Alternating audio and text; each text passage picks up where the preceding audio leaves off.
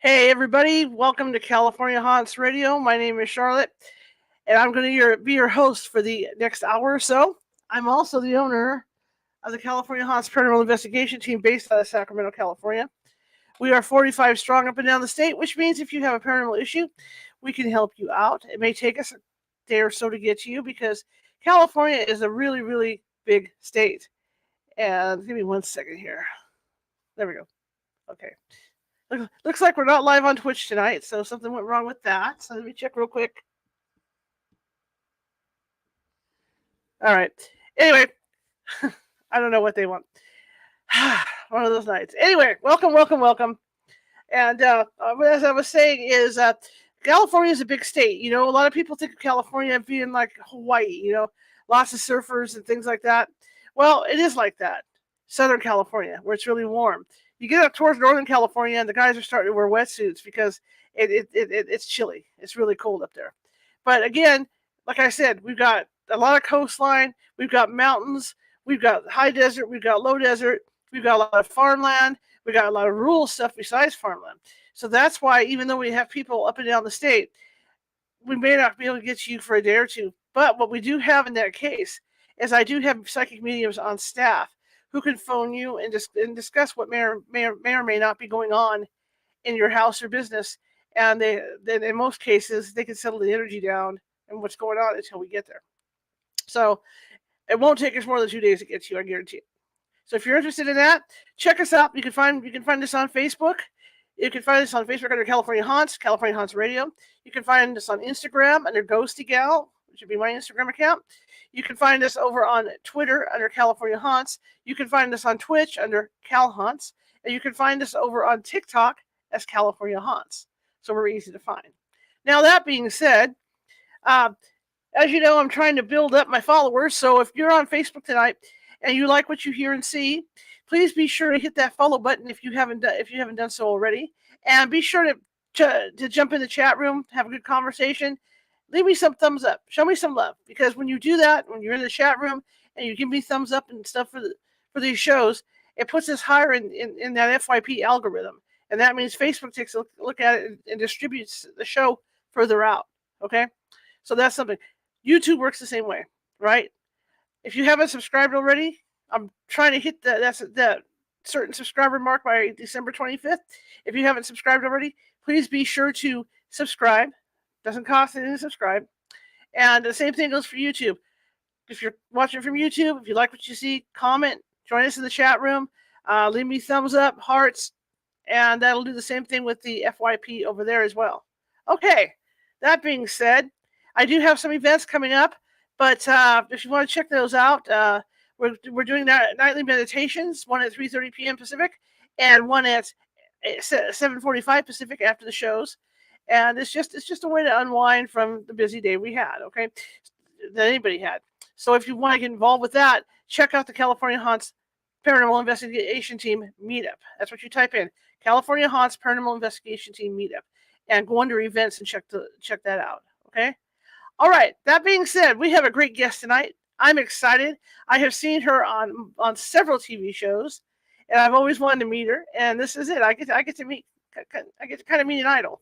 Her name is Patti Negri, and she's a psychic medium. I want to let her tell you about herself because she's pretty cool. So let me bring her in.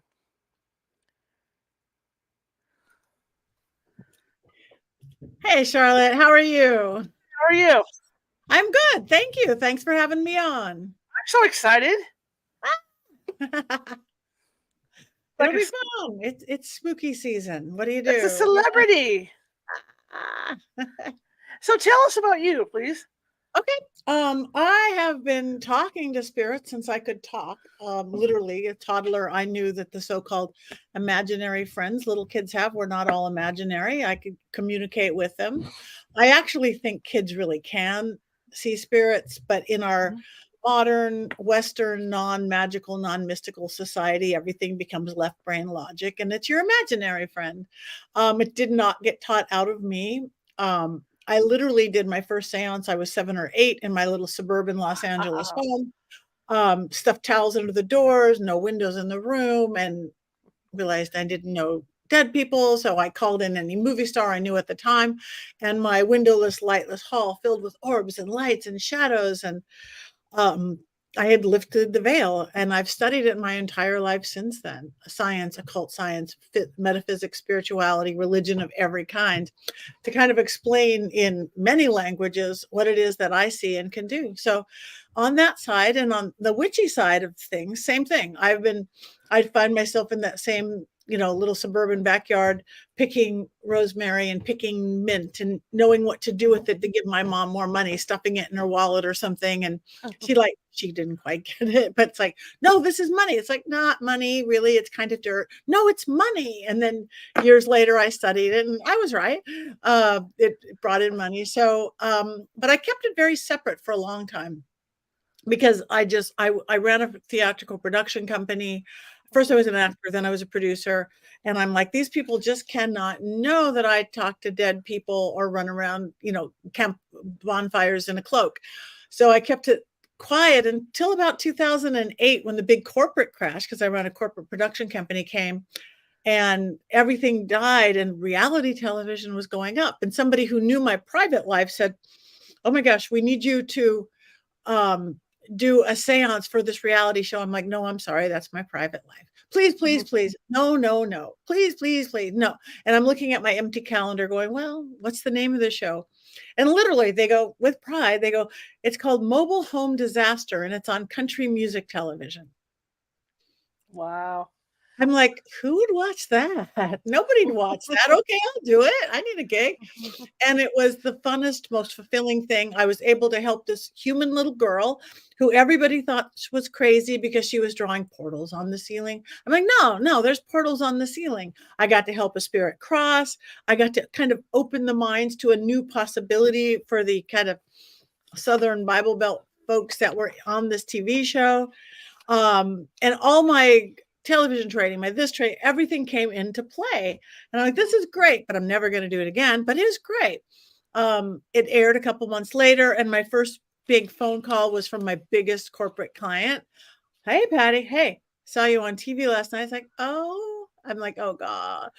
And I didn't know you were into the paranormal. I'm like, yeah. And then she proceeded to tell me her best and favorite ghost story. I love the paranormal. And I'm like, I'm out of the closet. I'm out of this broom closet. I'm out of the psychic medium closet. And I haven't looked back. I don't even have time for my production company. It's my passion. It was great being a motivational teacher to, HR department at Microsoft, but being a motivational teacher to the possibility of humans and what we can do. I don't care your religion or belief system. We are these amazing beings. And that's, since then, I've been on ghost adventures, several episodes a season since 2015. Now I'm also with the Ghost Finders on my network, Paraflix. I started Paraflix with my partner Natalie a couple of years ago. I also started a school, University Magicus. We kind of call it a real life Hogwarts a couple of years ago. So, and then I work with a lot of influencers. So it's great. I love every second of it. I rarely I wake up and I'm like, where am I? I'm in Michigan. I'm in Tasmania. Wow. Ghosts all around the world. When you talk about, being in the closet, that's what people don't realize is the paranormal stuff wasn't like it is now back then. When I started doing this 18 years ago, I mean, I really, when I have to when you're filming in a location, you have to notify everybody that you're filming. And I remember going down to City Hall in this one town and saying, look, all we have are video cameras. It's not like we have this big production, but we're going to be filming in this particular opera house. And they said, well, what are you doing? And then you start toeing the ground going, we're looking for girls. Because that's how it was. Yeah, no, it's like, okay, the crazies are here, but now it is different. Thanks again, television, reality television. It's changed a lot. I mean, we're still the weird ones, but not quite as weird. Now, and again, I honestly think paranormal, times are scary. We know that times are scary. War, this, pandemics, and times have always been scary, but not with such media in your face. Right. And traditionally, when times are scary, people would normally go back to their religion, what they were raised, go to church, temple, mosque, whatever. Mm-hmm. But that's not keeping up for everybody. So that's why the resurgence of alternative religions, new age, witchcraft. But some people don't want that. I'm like, I don't want religion. I don't want spirituality. I'm just scared and I want to know there's something more than I see on TV every night when we're going to get blown up. And they're becoming paranormal investigators because I want to know, oh, that's for real. That means I'm going to be okay if we get blown up. And then oftentimes they figure out, oh, it is real. And then they backdoor into a belief system that helps them navigate life. I can honestly say that doing this, I was like you as a kid. I saw things in my house. I saw dark shadow men. They weren't intimidating. I just saw dark shadows. But I also always had, the pretend playmate thing going on. Mm-hmm. And my mother, who is sensitive as well, she was kind of afraid of it. So she would play it off, always your imagination. And only later on, when she was in her 80s, did she start seeing it, really taking notice of everything because she was going ghosting with me. Yeah. But I remember growing up that way. I grew up, this house, I still live in the same house. It's active. There's no question about this house being active. You could feel it when you walk through the front door. Good. I was just thinking when you were talking about, I wrote you this in the initial letter, about looking at those herbs, the mint and all that. My grandmother grew mint alongside of my house on the perimeter, and I never really thought about it much. I thought she was making tea with it. But this neighborhood is about probably 4 blocks from the river. So we get river rats in the neighborhood. And it dawned on me, because I cut it all down, not realizing really what it was for. So when I started to have issues, it dawned on me what it was for, that it was to keep them out. Yeah, it works in both the mundane and the magical world, all this stuff. Now, my other question is, I was perusing TikTok. What a bottomless pit to peruse all day long, all day. Oh my God, you can't put it down. And so I something came across last night about cinnamon, because you were talking about putting stuff in your mother's purse, for the guidance for money abundance and things like that. And this is what this thing said. I wanted to ask you about this. This particular AI person, was showing cinnamon and saying that that's good for abundance as well. Cinnamon, what cinnamon is, it's a fire element. Think of anything spicy like pepper, cinnamon, it goes under the fire element. Fire element is action and movement. So it's the intent that you put into it. I use cinnamon a lot. I use cinnamon even more in love spells because it's really passion. The passion leads into it. But again, it creates action because it's fire.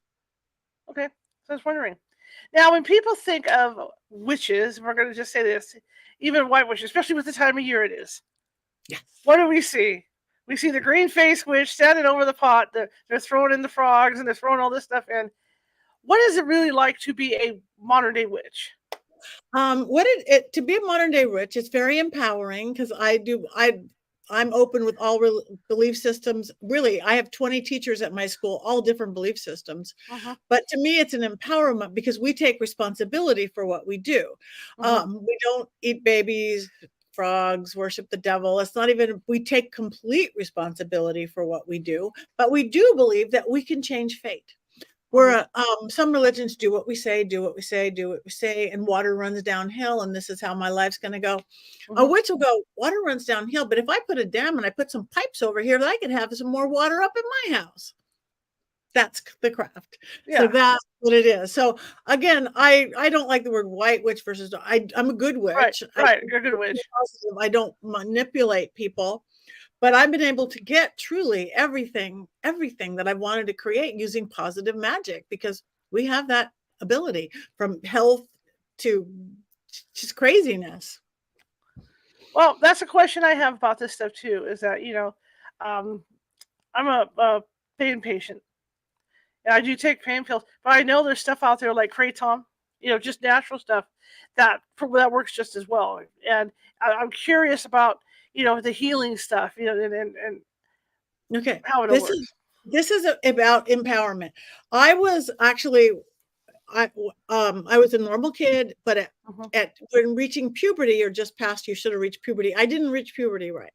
I didn't start my menstrual cycle like all the other girls. I had said I started hot flashes. I was 50 on the outside. My first surgery, I was 9 on the inside. My mom had taken a drug they'd given to pregnant women in the 50s and 60s under false belief it prevented miscarriages. So we were messed up when we hit puberty. So every autoimmune disease, you have fibromyalgia, lupus, this and that and this. So by the time I was 30, I had been a victim between 15 and 30. I had a tumor in my pituitary, causing blindness, pushing on my optic chasm, whatever you call that. 5 fractures in my back from having osteoporosis since I was 15, starting out, never had a period. And I was already practicing witch. I was already a manifester. And I went, no. I'm not going to buy they said if you made it to 50, which you probably wouldn't, if you made it to 50, you'd be in a wheelchair because of your back and your pain. And I just went, no, not going to buy any of this. I'm a manifester. I believe mind, body, spirit of psychology or creation, working dispatch. I haven't been sick in decades. I stopped getting sick. Didn't have to you still have to carry Medrol dose packs and this and that.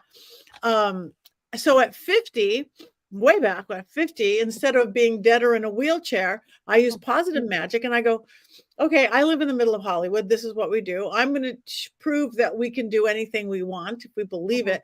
I'm going to get on the world's hardest obstacle course. So I tried out for the TV show WipeOut. I beat 100,000 people and I got on the big balls. The hardest, scariest, most painful, most empowering thing I ever did. And I used positive magic, like you do good and you do good and you do good. I would face my fears with enthusiasm versus freezing, because you have to how you deal with fear. And I did it. And then I go, oh, well, that's what magic can do. I haven't been sick in 20 something years, now 30 something years. And then I go, okay, how do I prove this magic still works? That could have been a fluke. It wasn't, because again, you have to go through physicals. I go, all right, well, what else am I really good or really bad? I can't cook. I got kicked out of home ec in school. My husband won't let me in the kitchen. It's like, I don't know how to boil water. So I'm going to use my belief system, my magic, positive magic. I'm going to cook for Gordon Ramsay. I'm going to get on MasterChef. 100,000 people later, I'm season 3 MasterChef. Didn't last long, but because I don't, but I did exactly. And I did magical cooking, showing cinnamon will bring in passion and fire, stirring this way, stirring that way. Gordon Ramsay's afraid of ghosts, by the way, Charlotte. Oh, I got a story for you about him. Yeah. So anyway, I beat 100,000 good cooks. So the odds were crazy. Or just like I bought 100,000 more physically healthy people to get on WipeOut. And then I go, okay, just one more time to prove it. Again, I live in Hollywood. So I'm like, and I'm watching TV. I'm going, I'm going to get on America's Got Talent. I'm going to use positive witchcraft and manifestation and magic to get on. And I don't have any of the talent that those singers, dancers, and next thing I know, I'm rolling on the floor with Howie Mandel, me, and a complete fabulous full out of myself on America's Got Talent. We can do anything we believe. And I certainly think with pain management and health, I see it every day. It's getting your balance back. I agree with you. A lot of mine too, when they told me that they thought I was going to have that fusion surgery on my back. That was like 40 years, well, don't say about 30 years ago. And I looked at him and I said, no, I'm not. Yeah. And I may hurt, but I'm just as functional as anybody else. It was just all my attitude, because I thought there's no way you're going to fuse my back. Because there's so many horror stories about that. Where people don't really recover from it, and then you're stuck with these rods. So that was my whole thing. And then the day after they diagnosed me, well, I have heart failure too. The day after they diagnosed me, I looked at my doctor. I went, well, that's it. I'm a vegetarian. Done. And my heart snapped back within 6 months. So. See, we have the power. Yeah. That's magic. That's in itself magic. What we do, cause and effect, action and reaction. You change your diet. That's it. Absolutely. The story I have about Gordon Ramsay, I was just looking at this comment that she had. Yeah, see, I did it by accident there. Hey. Okay, yeah. Too many buttons. I believe he came to a hotel up in our Gold Country to do his show. And my understanding is, and I could be wrong with this, because there was the other guy, the Hotel Impossible guy too. So I mean, both of them. But he went in the kitchen, and there's one particular ghost at this hotel that is like overseer. She's like the head maid, and I had a good laugh at it because the gal behind the desk says, "You're never going to guess." He came here. He was in the kitchen, talking to our cooks, which he doesn't talk. He, how he is. And she says, about 4 pans got thrown at his head. And nobody threw them. And I'm sure he was scared to death, sweat. Yeah. And I looked at her and I said, he has that effect on a lot of people too, But yeah.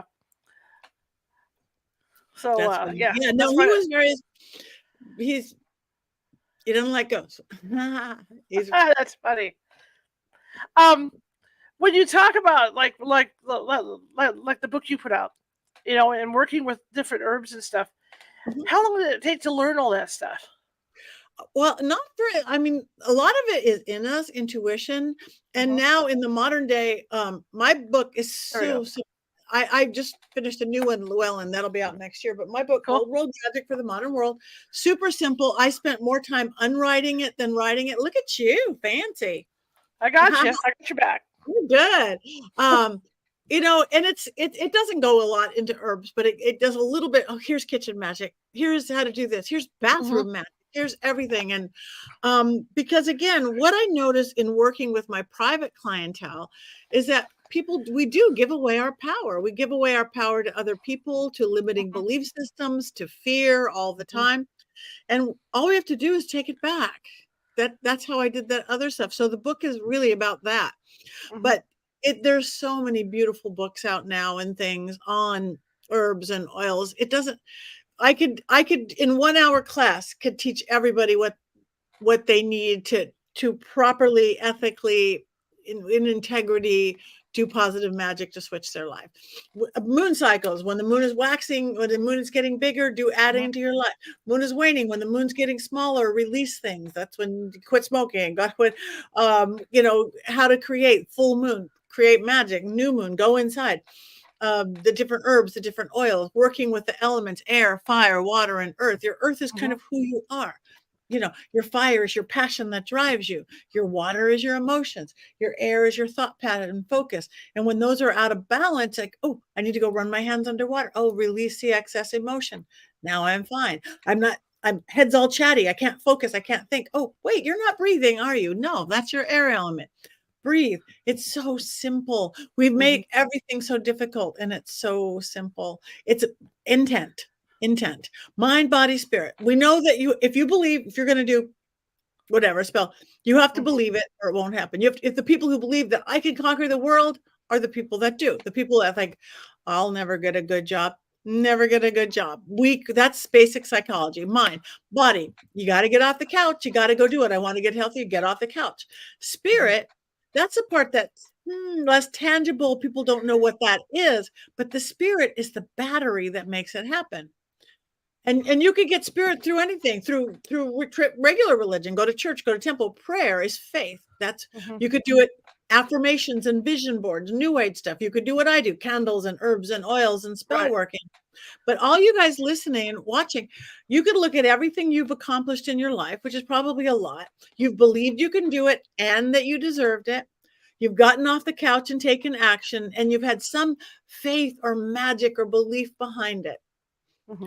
The stuff you haven't quite accomplished, 1 or 2 of those things need tweaking. You don't really believe you're worthy or you can have it, or you just haven't taken action, or you just don't have the faith or magic, and you tweak them and you get it. That's it.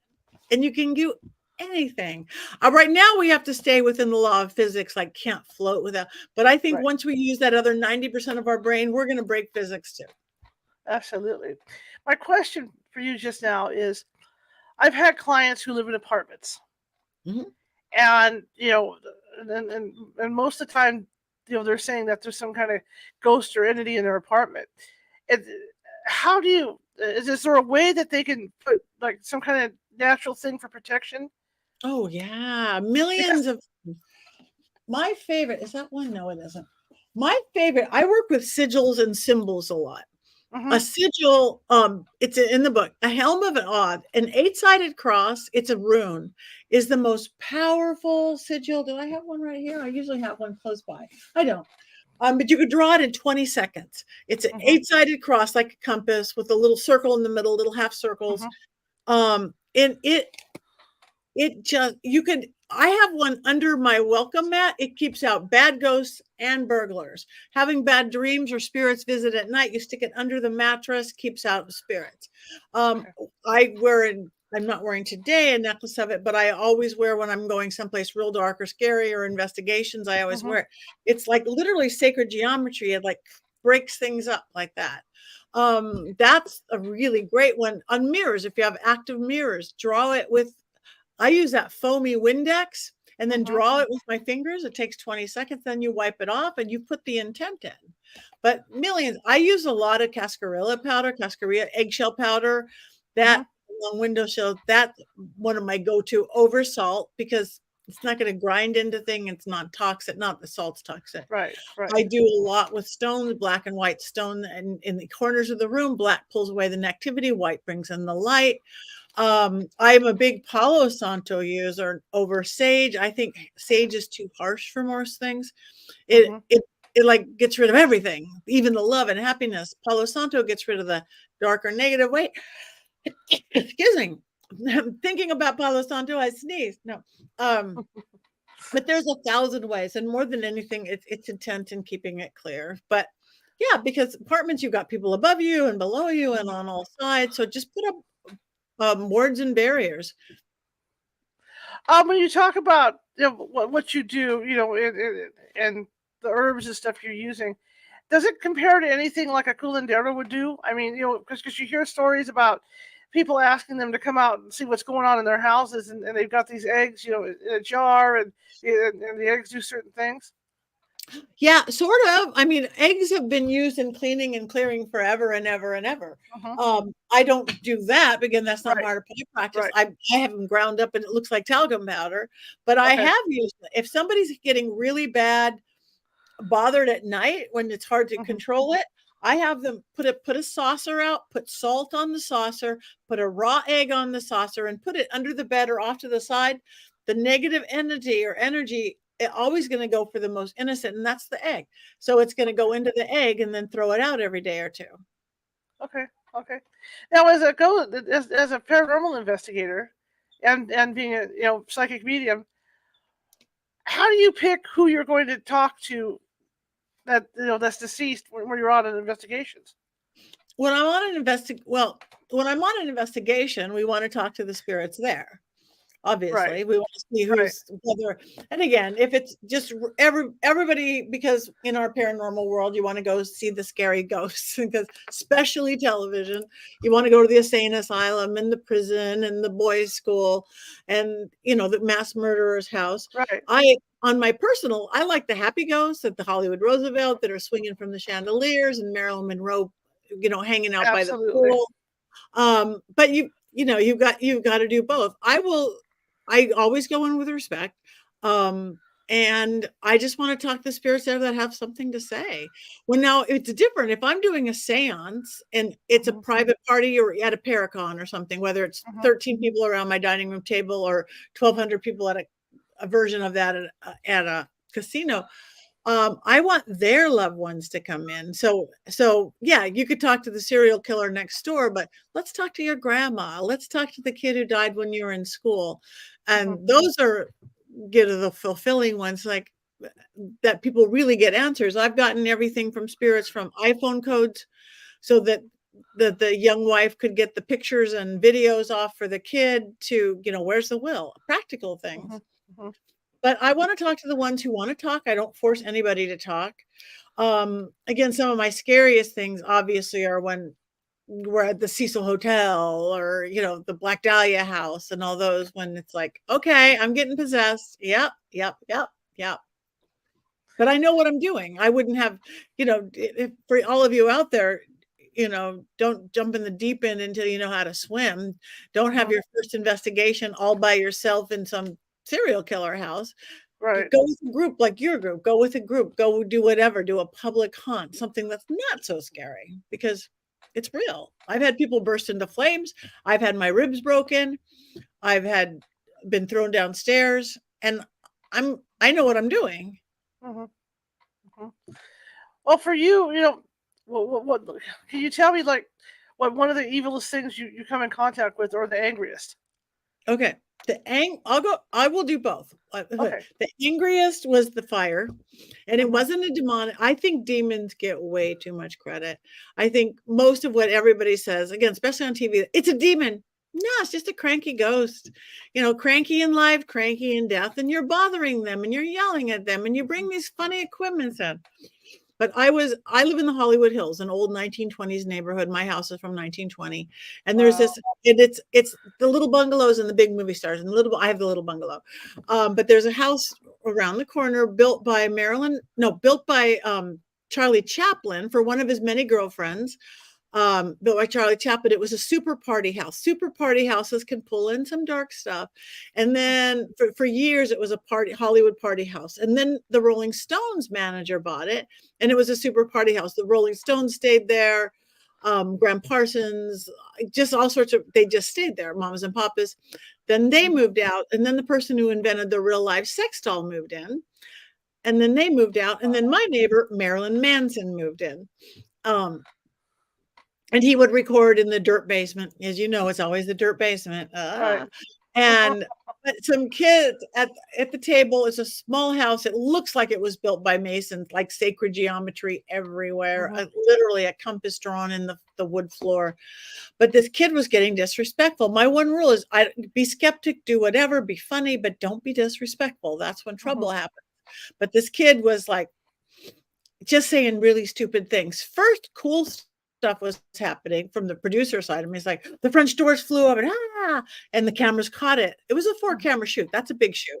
The cameras caught it. He was screaming, and then he said something stupid again. And it happened again, and then I'm feeling the tension build, and then the speakers came on the ground. You know how it used to be, how big can your speakers be versus how little, and now it's so funny. Right. It was hooked to an old radio, and it sounded like a spirit box. White noise. That happened twice. We looked later, it wasn't plugged in. But I'm feeling this build, and I'm not shutting it down because we're filming and everybody there knew what they were in for. It wasn't like a public thing.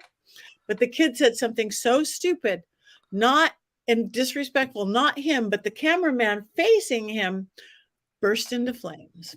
Like, wow. Angel wing of fire up his back. He was not standing in front of a fireplace or a candle. Just like everybody actually caught it. One camera started filming the ceiling or the floor. You test the metal of a camera person by a small room with a lot of people bursting into flames. His camera, the poor guy is wondering why everybody's screaming, pointing at him while he's on fire. Cool witch medium Patty becomes medic Patty, of which I am. I'm EMT1. I'm certified. I'm everything. I'm like, drop and roll. And I'm calling in my guardians to shut it down. I'm like, this is done. I don't care what we're filming. This is not okay. Not okay. Spontaneous combustion, not. His shirt poofed off him. I'm looking at the blistering and we're done. But the cameraman was a super skeptic to begin with. And he was so intrigued. He's like, no, I'm okay. I have a sweater. I put the sweater on. I talked to the ghost. The kid who caused it all was scared to death. He wasn't going to be a trouble anymore. He's like, okay, you're the choir boy in the corner. So we finished it. A bunch of crazy stuff happened. But the cool thing about that, again, knowing what you're doing, and there's a million ways to do it, but know what you're doing. That cameraman who caught on fire showed me his back 3 weeks later. Totally where all that blistering was, it looked like he had got a tattoo of a dragon. Open mouth, it looked at the scarring, open mouth, sharp teeth, wing head into the shape of a serpent. Charlotte, that's the exact energy I called in to shut down the seance. I work dragon energy. It's crossroads magic. It's beautiful magic. And I'm looking at him, this dragon big mouth. I'm like, oh my God, you have a tramp stamp of a dragon on your back. That is the coolest thing I've ever seen. And he ended up writing a movie about this TV medium who does every TV show. I hope somebody fabulous plays me if they do it. But then all hell broke loose, and then it becomes one of those funny, scary horror films. I hope they do. He wrote it with Stephen Norrington, actually, the guy who wrote The League of Extraordinary Gentlemen and the Blade series. But I did sit down with him anyway, because you're online. I sat down with him for 5 hours going, you can't, Lauren, you can't say that on TV, or movie. He said, but you said that. I go, I know I said that. That causes a shift. That opens a portal. You don't want to be one of those cursed horror films, do you? Because it happens all the time. If you don't have a consultant or somebody who knows magic, science, occult, witchcraft, or voodoo or hoodoo or whatever you're doing, that's when trouble starts. Because spirit, ghost, demon, entity doesn't know the difference of an actor reading lines off the script or something real. So if they ever do it, we've changed all the words. They sound just as mystical or spooky, but they won't open a portal to hell. Now, you just brought up a great point about these movies. Like the movie Poltergeist and different movies like that. Do you think it's important? I think you already answered that, but do you think it's important to have someone such as yourself on staff, even if you're not directly acting in the movie, so you can consult and say, "Hey, I don't think you should do that because it's not going to end well." Yes, it shouldn't be somebody acting in the movie. They need an outside eye consultant, not somebody who wants to be the actor and get into the thing. Yes. And more and more films are doing that. And it helps, again, one, so it doesn't become a cursed film and all the actors die at 27. And number two, to get authenticity into it. When they have a real witch of whatever form, the witchcraft looks better. When they have a real voodoo priestess, your voodoo is going to look better. Versus all the 8 million witches laughing at a movie going, that's not how we do it, When you go on an investigation, being a witch, do you take that knowledge that you have as a witch and you're able to apply it, like using the herbs or the natural stuff? Yeah, I make oils, I make sprays, I give it to everybody.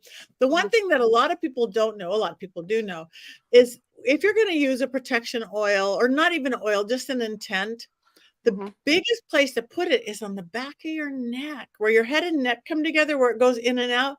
That is the biggest portal on our body. Everybody knows about the third eye. Yeah, we want that open so we can see the ghost. But this one, we want to shut down.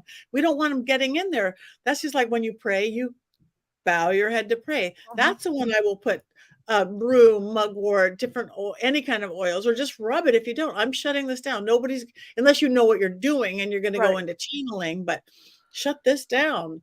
Like I said, I ring sigils and symbols, and more than anything, intent. Is that why psychics will tell you that you have an attachment that's like on the back of your head, at the top of your back? Probably, whether they know it or not. Yeah. Yeah. Okay. This is all interesting, fascinating stuff. You studied this for years, obviously. Where does one, if somebody wants to study this stuff, and I know you teach classes and stuff, but if like you were self-taught pretty much. No, I studied my entire life. I am self-taught, yes. Yeah. Started going to, but I have studied with a magic, occult, witchcraft teachers. Okay. Always. I'm a believer in education. Again, learn language, because it is languages. It's language. And even if for mediums, if you're a medium or a psychic, and you could be the best natural born, you have to learn that language. You have to learn your spirit language, what your tells are, working with spirit, what the meaning is, so you don't put your meaning on top of the spirit's meaning. So the best is, I think anybody can learn it, actually, but the best, if you're born naturally, that's great, but still put a template and a frame around it so you know what you're doing. So you know what a jinn is if you're in some Middle Eastern thing. So you know how to deal with demon spirits, entities of different religions and belief systems, because they're out there. And if you just go, well, I don't know anything, I just feel it. Yeah, drown,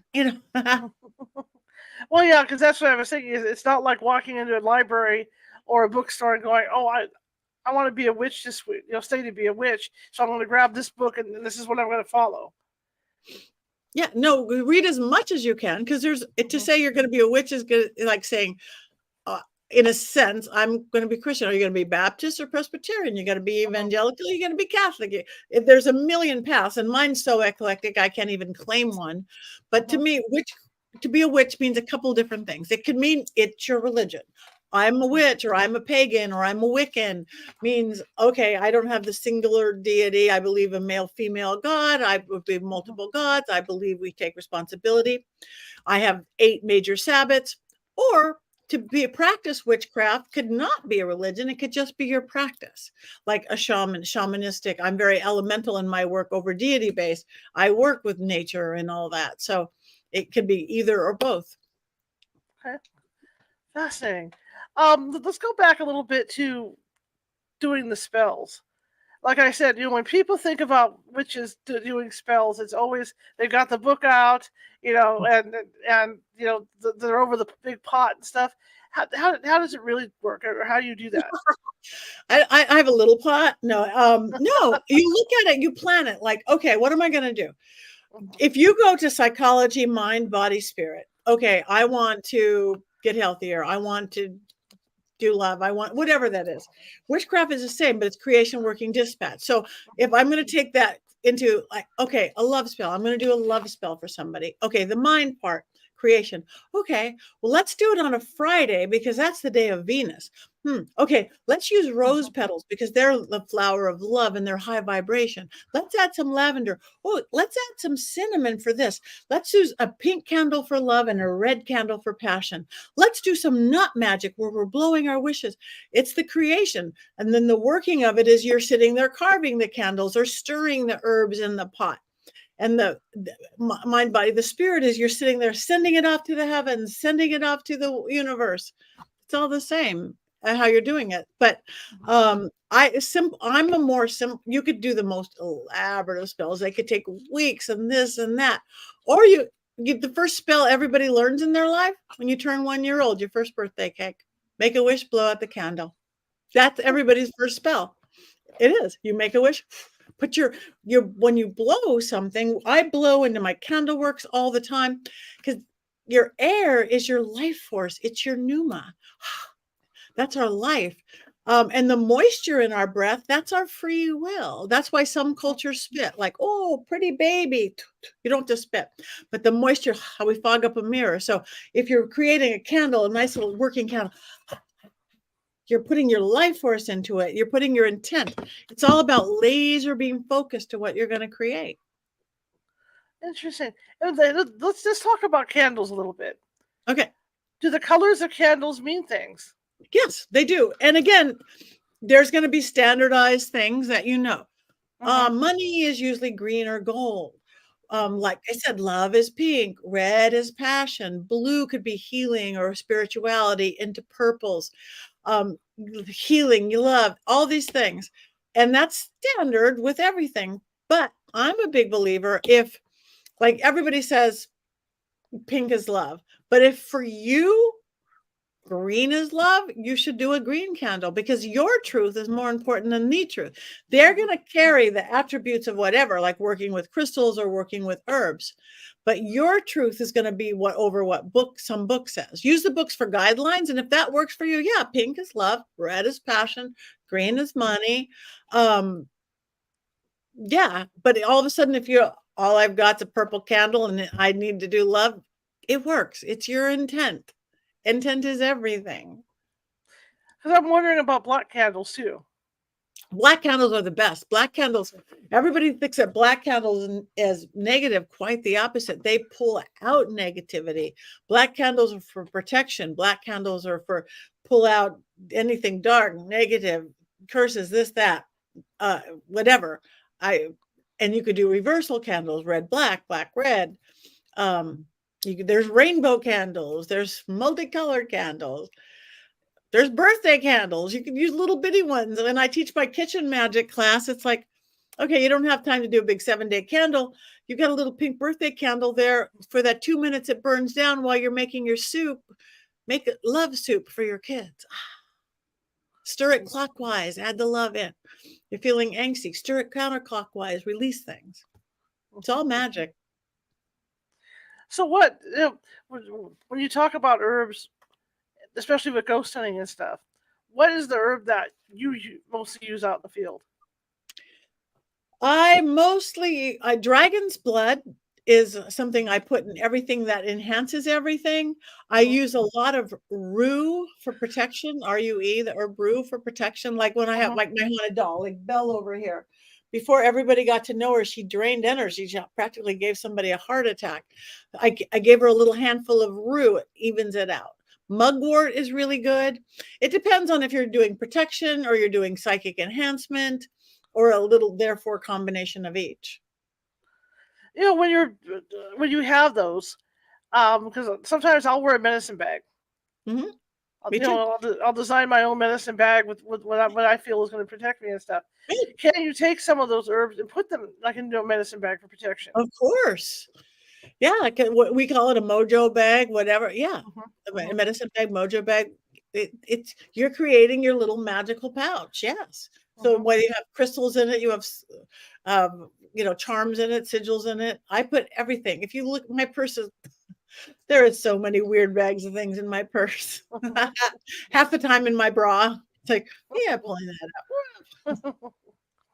Are there ghosts, that you come in contact with that are more difficult to, say, release to the other side than others? Yeah, but in my experience at least, most ghosts are not stuck. They're there because they want to be. There certainly are ghosts that are stuck. The Cecil Hotel, it affects human people, makes you want to kill yourself or die. It has ghosts stuck there. They are being held down by a much greater, darker entity.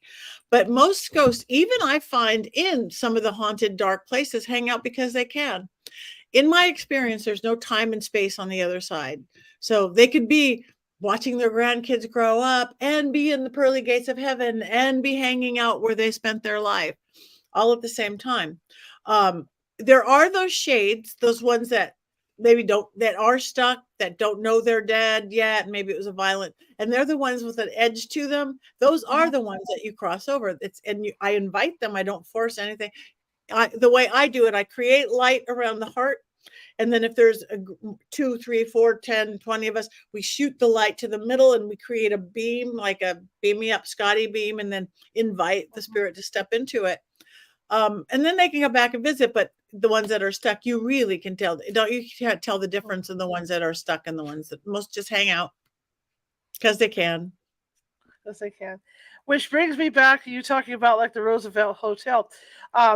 We used to investigate the Brookdale Lodge, and we came with all the gangsters in there, and it's the same atmosphere like you're talking about at the Roosevelt, because they're in there partying and having their drinkies and all this. And I remember via the dowsing rods, I had a conversation with one particular gangster. He didn't want to talk to us because he was there with his mistress. Don't tell the wife. Don't tell the wife. Yeah. So when you talk to these movie stars, or if you've talked to Marilyn Monroe or whoever, what are they like? I mean, are they the same they were in life, or are they happier, or what's going on with them? In my experience, spirits, movie star or not, you're the same that you were. You're not all of a sudden enlightened, but you do get a higher perspective. Maybe it's literally higher. You get a bird's eye view. The little things don't matter. Oh, especially with regular people. Oh, I didn't call you. I didn't make it to your funeral. They don't care. They look at the big picture. Movie stars they're just like us. They got lucky, or they had talent, or they followed a path. Marilyn is just as insecure as you, me, or anybody else out there. Michael Jackson, when I've talked to him, even in death, he was afraid of being misunderstood. He didn't want to talk. I kind of channeled him. He's like, you're going to read me wrong. That was obviously his regret. So no, I think they're kind of the same. And again, sometimes they want to be heard. That's why we do paranormal investigations. That's why we do seances and talk. They have things to say and that's what we're there for. What is it like to channel? It's like two people in your body.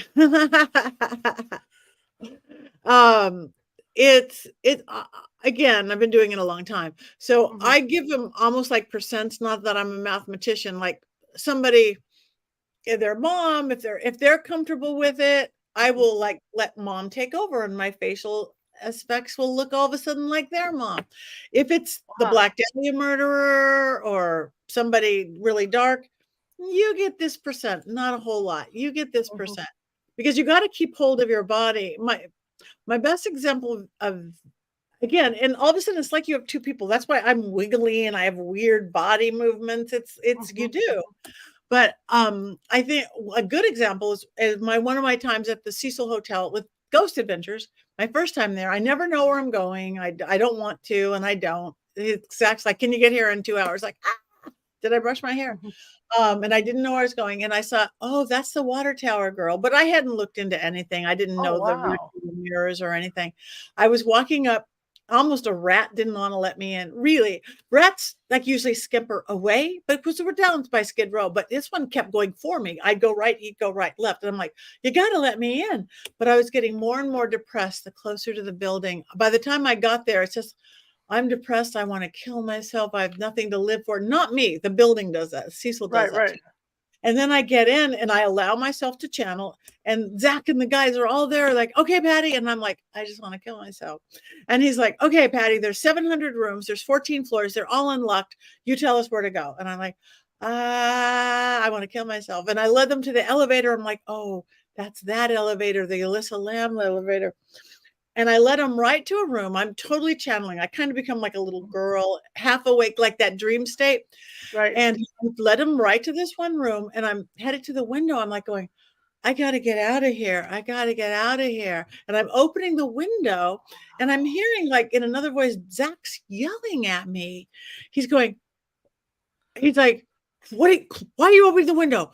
Close the window, Patti. What are you doing? Sit down. Sit down. And I'm going, why is he yelling at me? He doesn't yell at me. And he made me sit down. I sat down and there was an SLS guy dancing on my head, making me do all this. Out of the 700 rooms, I led them to the room. Somebody had jumped out of that exact window. And I'm sitting here opening the window going, I got to get out of here. He thought I was going to jump. I don't think I would have jumped. And then I led him right to another room and I was being attacked and I was like, oh my God, I don't know what to do. Don't go there. I didn't know what to do. And I'm holding myself like an 8-year-old who has to go pee. And he's like, I'm attacked. I'm attacked. He's like, where are you being attacked? And the part of me still conscious Patti, who knows I'm on national television going, how do you say those body parts on TV? I don't know what I said, like lady parts or female parts. And I led them of the 700 rooms to a room that a woman who lived there had been raped and murdered. She was a bird lady who fed the birds. So it was sad. But you give up part of your body and self. The weirdest one is also at the Cecil, but not with Ghost Adventures. I was with my overnight guys, my TFIL, ELTON, Corey, my TFIL overnight guys. And I was channeling and we were in a hallway. A lot of stuff happens there in the hallways. And I was rocking because I do rock, but so hard, somebody had to put their hand behind my head. And I thought I was talking. I thought I was chattering away and chattering away and chattering away. I could tell I was kind of a tweaker drug person, kind of. I was chattering away. All they heard was gibberish. That's all they heard. And Corey, who I've been training and working with, he's really intuitive. He goes, we should play that backwards. They played it backwards. I was talking English backwards. That's crazy. Wow, that's nuts. Image all my, like when I do a dump supper, you do dessert to the main course. Right. And I mean, I could not do that if I tried. If you gave me $1 million, I'm so anti-dyslexic. Like if I ever got pulled over for drunk driving and I wasn't driving and they want you to do the alphabet backwards, I like, take me in. I can't. I can hardly spell my name backwards. I'm so anti-dyslexic. Like spell California backwards. For me to talk that way, it was crazy. That's what it's again. But you can't give your whole self up because you have to be able, I got to take my body back now. Is it exhausting for you? It takes a lot out of you. Yes. That's why I'm queen of on and off switch. Most of the time I walk through my days off. I'm about as psychic as a worm. Now, when you talk about the building itself drawing you in or having that energy to draw you in, why do certain buildings do that? Or what gives it the capability to do that? Well, it's a combination of the land under the building and the Cecil Hotel downtown. I think there is something weird about that land, that whole Skid Row area. And on top of it, it was built, and then the Depression hit, and it's always been a place of sadness, of desperation, of failure, and that builds and builds and builds, and a flop house, and it creates its own egregore, created spirit of just something so dark. So again, if you're at the prison or the insane asylum or the scary boys school or whatever, all that, our life force is energy. It's just energy. Energy doesn't just dissipate. Energy doesn't, so we walk into like, this place feels happier. This place doesn't feel happy. Right. Right.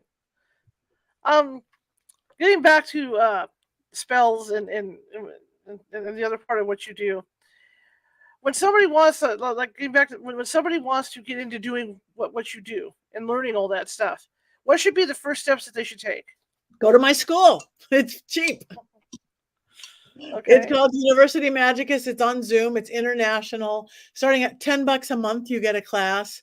Like, classes range $20, $25. Really great teachers. Like I said, I teach mediumship development, psychic development. We have really good investigators like Stefan Brigatti, teach paranormal development. We have priest exorcists. We have new agers. We have vampires. We have werewolves. We have every form of magical paths and astrologers and hypnosis. So again, we wanted it to be that everyone pretty much could afford. And it's on Zoom. And so you're live in this little intimate class. And some people don't even go to it because they're in the UK. It's 2 a.m. Everybody gets the video the next day. You have it forever. And amazing teachers and amazing things they teach. So check that out. And there's other good schools too. We just wanted ours to be really affordable. And really, we don't teach a belief system. I'm really clear. I will teach you a truth. I will teach you my truth, but the truth, there's a lot of truths. There's a lot of truths. Here's you get to pick from them. Now, you said something that caught my interest earlier, because I've heard another psychic say that about the dead, being, if they're angry in life, they're going to be angry in death. Have you ever come across anything where there's a ghost that's trying to act like a demon? Oh gosh, all the time. It's like, oh, there's another demon wannabe. It's like, picture the bully kid on the schoolyard. It's like, yeah, you're a demon. yeah. I'm going to turn into a big red, scary-eyed. Yeah.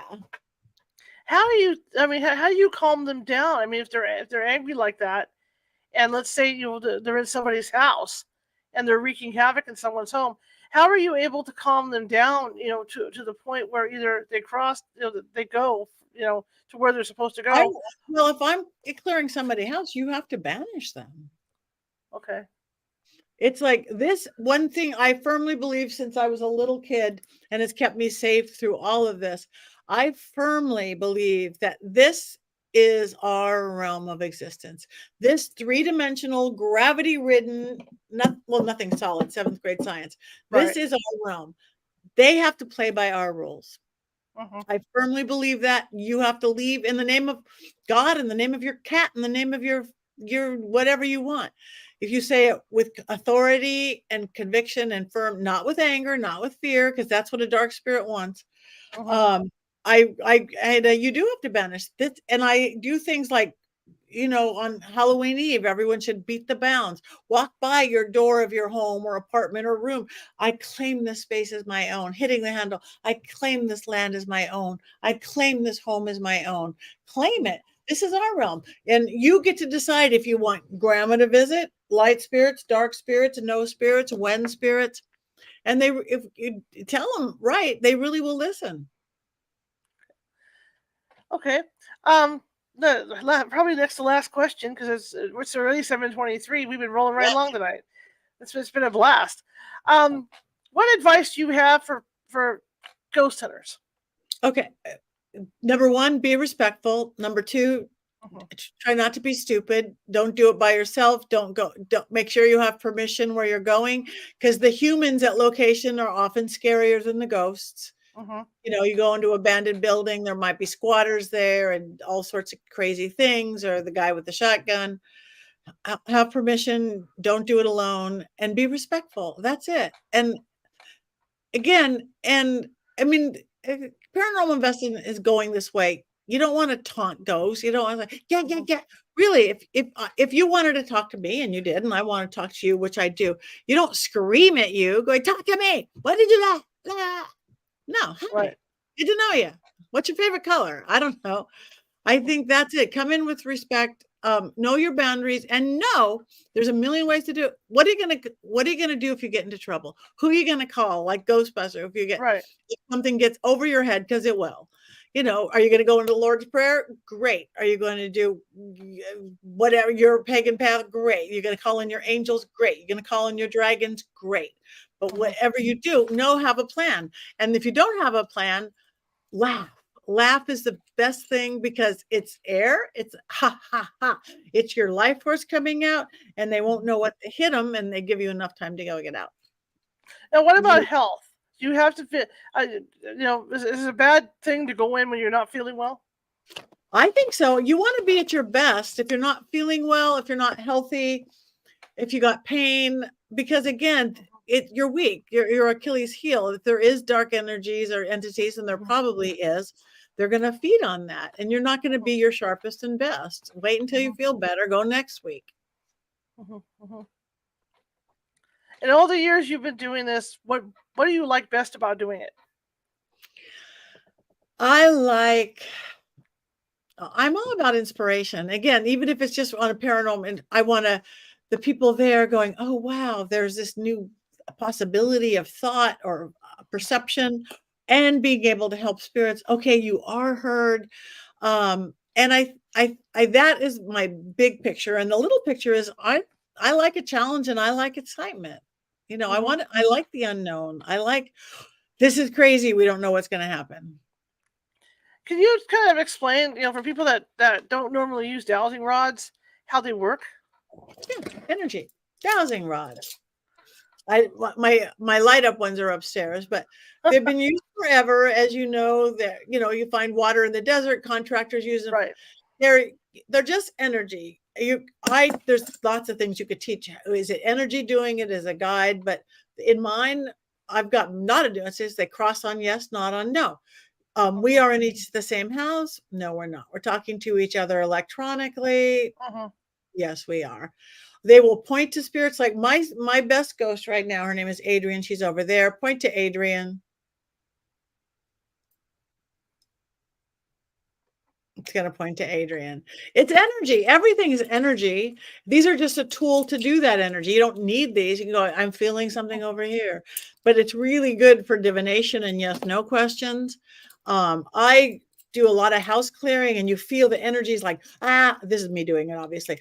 Oh my God, the energy is so chaos here. Oh, it's smooth here. Oh, everything's leading to this closet. Everything's leading to this closet. Let's go see what that is. I know the nuances of mine. Right over left, if it's especially the divination, right over left means you or the person you're talking about is making that happen by actions or intent. And when it's left over right, it's outside source, God, somebody else, another entity is doing it. So you can tell clearer stories. Does it take a lot of energy for the entity to move those? Not when you can get your energy out of it. Okay. It's so funny. It's a really great meditation practice. I want to go on I want to go on my Ireland trip too. I hope we got it made. I did Ireland 2 years ago. It was great. And we're waiting on the health of May. So when you first hand somebody dowsing rods, you're like, oh, they're running all over. Just practice holding them, because you have to get your energy completely out. And that's a really good breathing and meditation techniques. And when you get to this spot, it's real easy for spirits to move them. Okay. All right. Well, interesting. So how can people? God, this has been great. Thank you so much. You're a great host.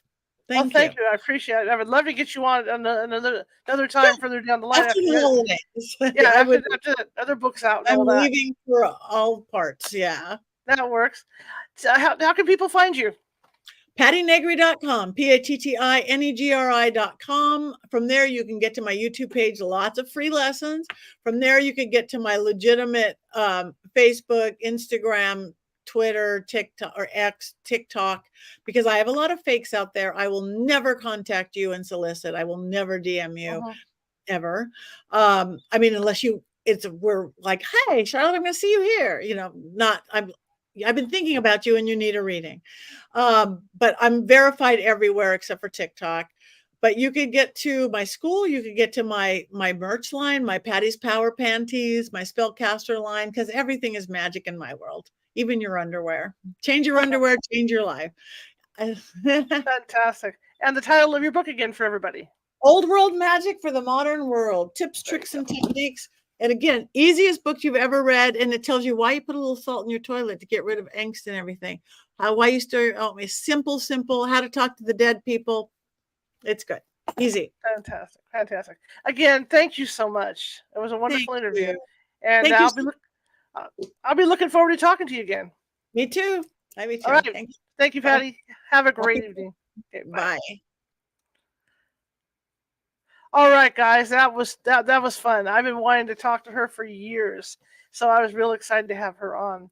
Tomorrow night, we're going to have a little bit of change of pace, not much.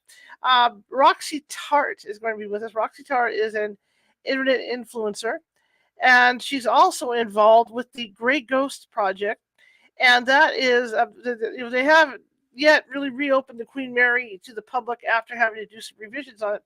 However, a paranormal team was able to get in there, and they have set up, in conjunction with the people that run the Queen Mary, they've set up a program where they do official investigations of the Queen Mary. Roxy Tart is part of those investigations, and they take a tour through for a certain amount for a certain amount of money, just to raise funds.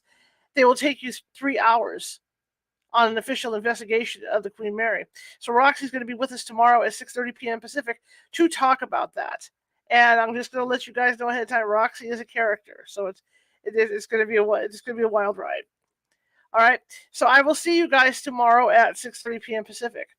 If you like the show, share it with 5 people. If you hated the show, share it with 5 of your enemies, because we're equal opportunity here. We're just trying to build up. I'm hoping to get those 1,000 subscribers by Christmas, which would be a great Christmas gift, and start rolling through that. Plus, we're going to be doing some different stuff with the Patreon as well.